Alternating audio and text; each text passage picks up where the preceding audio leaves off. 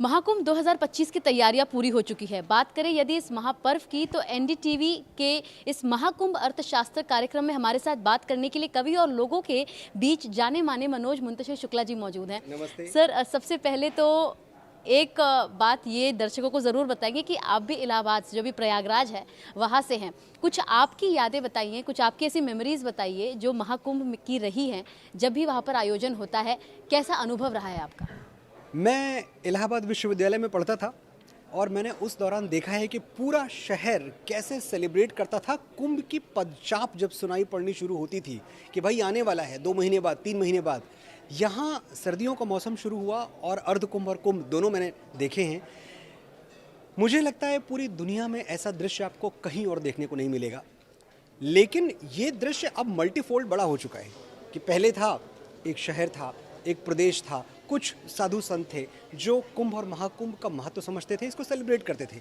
लेकिन आज आप देखें तकरीबन 40 करोड़ लोग आने वाले हैं इस बार हमारे महाकुंभ में। तकरीबन 20 करोड़ से ज़्यादा पिछली बार आए थे 2019 में। हमारे पूरे उत्तर प्रदेश की आबादी लगभग 22 करोड़ होगी लास्ट सेंसस के मुताबिक। तो एक पूरा उत्तर प्रदेश एक नगर में मौजूद था। ये आप अगर इसकी तुलना दुनिया में जो बड़े से बड़े आयोजन होते हैं उनसे करें, भाई आप बताते हैं कि रियो में वो जो कार्निवल होता है उसमें 2 करोड़ लोग आते हैं। आप पागलों की तरह इस बात को, इसका ढोल बजाते हो। रियो के कार्निवल में 2 करोड़ लोग आते हैं। जर्मनी में जो अक्टूबर फेस्ट होता है उसमें तकरीबन 60 लाख लोग आते हैं। लेकिन इसकी तुलना में हमारे यहाँ 40 करोड़ लोग आने वाले हैं। दुनिया में जितने यातायात के साधन हैं, वो बस हो, वो ट्रेन हो, वो पनडुब्बी हो, वो प्राइवेट कार्स हो, सबको अगर आप मिला लो तो 15 करोड़ से ज़्यादा लोगों को एक बार में आप यात्रा नहीं करवा सकते। ये एक डेटा है। तो आप इमेजिन करिए कि 15 करोड़ लोग दुनिया के सारे यातायात के साधन मिला के यात्रा करते हैं और 40 करोड़ एक साथ एक जगह पे हैं। ये दिमाग में बिठा पाना असंभव लगता है। और इसमें जो हमारी सरकार ने, जो उत्तर प्रदेश सरकार ने जो इंतजामात किए हैं वो इतने उच्च दर्जे के हैं, इतने हाई क्लास हैं कि उनको अगर मैं कहूँ कि भाई बहुत इंटरनेशनल है तो ये गलत होगा, झूठ होगा। इंटरनेशनली भी कहीं ऐसे इंतजामात नहीं होते। तो मैं कहता हूँ बहुत उत्तर प्रदेश टाइप के, बहुत सनातनी व्यवस्थाएं हैं। और मैं तो, मेरी खुशी का अंदाज़ा आप नहीं लगा सकती। आप अब खुद भी जाएंगे महाकुंभ में। जैसा कि आपने बताया कि आप प्रयागराज से हैं, पहले वहाँ पर कुछ ही लोग आया करते थे जो साधु संत या जो सनातन धर्म से थोड़ा बहुत परिचय रखते हो वो आते थे, लेकिन अब यहाँ पर हर समुदाय के, हर परिकाष्ठा के लोग जो हैं वो पहुँचने वाले हैं। आप इसे कैसे देखते हैं? क्योंकि आपकी जो कविताएं, आपके जो लेख हैं वो दुनिया भर के लोग सुनते हैं, तो आपके द्वारा क्या अपील रहेगी उन लोगों की वो भी पहुँचें और महाकुंभ में आके दर्शन करें? पिछले कई दशकों से, या मैं कह लूँ सदियों से, अंग्रेज़ों के ज़माने से या उसके भी पहले मुगलों के ज़माने से एक साजिश चली आई रही थी कि सनातन को जितना बांट पाओ बांट दो। जातियों में बांट दो, छूत अछूत में बांट दो, ऊंच नीच में बांट दो, सवर्ण में, दलित में, वंचित में बांट दो। और ये बहुत दिनों तक ये चला भी और इसने वर्क भी किया, इसी ने हमारा बहुत बुरा भी किया। लेकिन पिछले कुछ दिनों में हम सब ये समझ गए हैं कि हमारा पंथ अलग हो सकता है, हमारे संप्रदाय अलग हो सकते हैं, हमारी जातियां अलग हो सकती हैं, लेकिन हम सब हिंदू हैं, हम सब सनातनी हैं। ये धमक, ये गूंज पहली बार सुनाई पड़ रही है।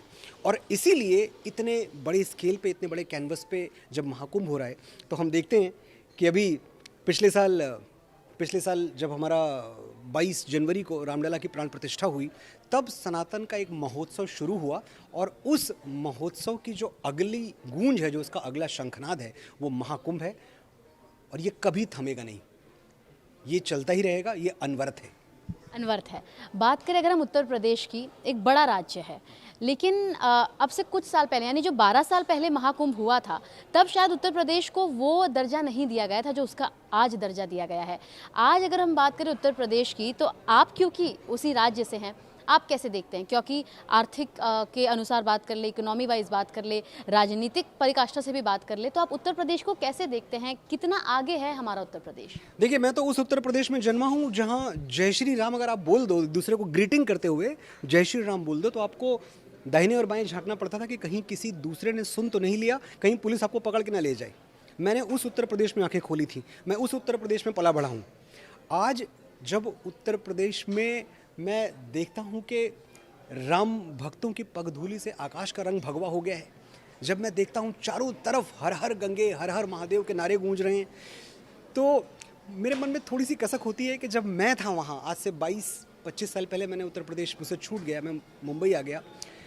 मैंने ये सब अपनी आंखों से नहीं देखा, लेकिन देर से ही सही अब हो रहा है, और जो हो रहा है वो ज़रूरी है कि होता रहे, उस पर किसी तरह की ब्रेक ना लगने पाई।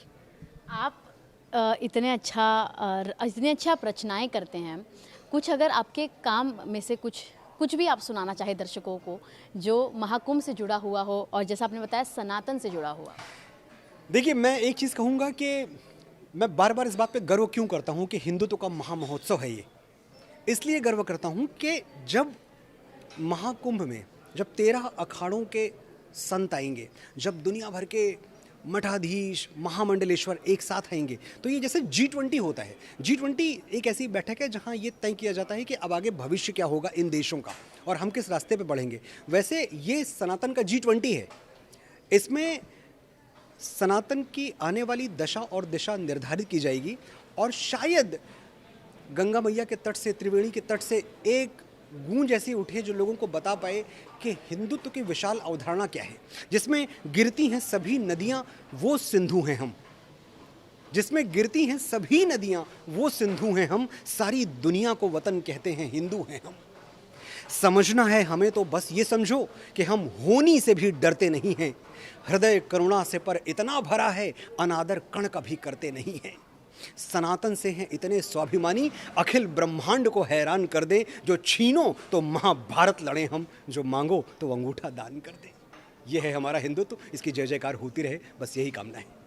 बखूबी कहा सर आपने। आखिरी सवाल कि आपके क्या प्लान्स हैं महाकुंभ जाने के, कब जाएंगे, परिवार के साथ जाएंगे, क्या कुछ आपका प्रोग्राम रहेगा महाकुंभ को लेकर? कब जाएंगे तो ऐसा लग रहा है कि मैं एक ही बार जाऊंगा, मैं कई बार जाऊंगा, और मैं चाहता रहूंगा परिवार के साथ जाऊंगा, दोस्तों यारों के साथ जाऊंगा, अपने यूट्यूब के जरिए अपने सोशल मीडिया के जरिए, इतना बड़ा आपका स्ट्रीम्ड चैनल है NDTV, इसके ज़रिए मैं लोगों को जब भी मौका मिला मैं बताता रहूंगा कि अगर आप भारतवर्ष में होके महाकुंभ के लिए नहीं पधारे तो आपने क्या मिस कर दिया, क्या छूट गया आपसे।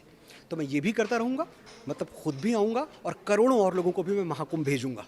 बहुत बहुत शुक्रिया सर हमसे बात करने के लिए। आपने मनोज मुंतशिर शुक्ला जी को सुना, जिन्होंने बताया कि क्या कुछ खासियत है इस बार के महाकुंभ 2025 में और किस प्रकार ये एक महापर्व के तौर पर देखा जा रहा है, क्योंकि राम मंदिर की एक और जहां प्राण प्रतिष्ठा हुई उसके ठीक बाद अब 2024 के बाद 2025 में इतने बड़े महाकुंभ का आयोजन किया गया है। कहीं ना कहीं ये एक बड़ा पर्व है सनातन धर्म प्रेमियों के लिए। मुंबई से कैमरा पर्सन सुनील खंकरियाल के साथ सुजाता द्विवेदी, NDTV इंडिया के लिए।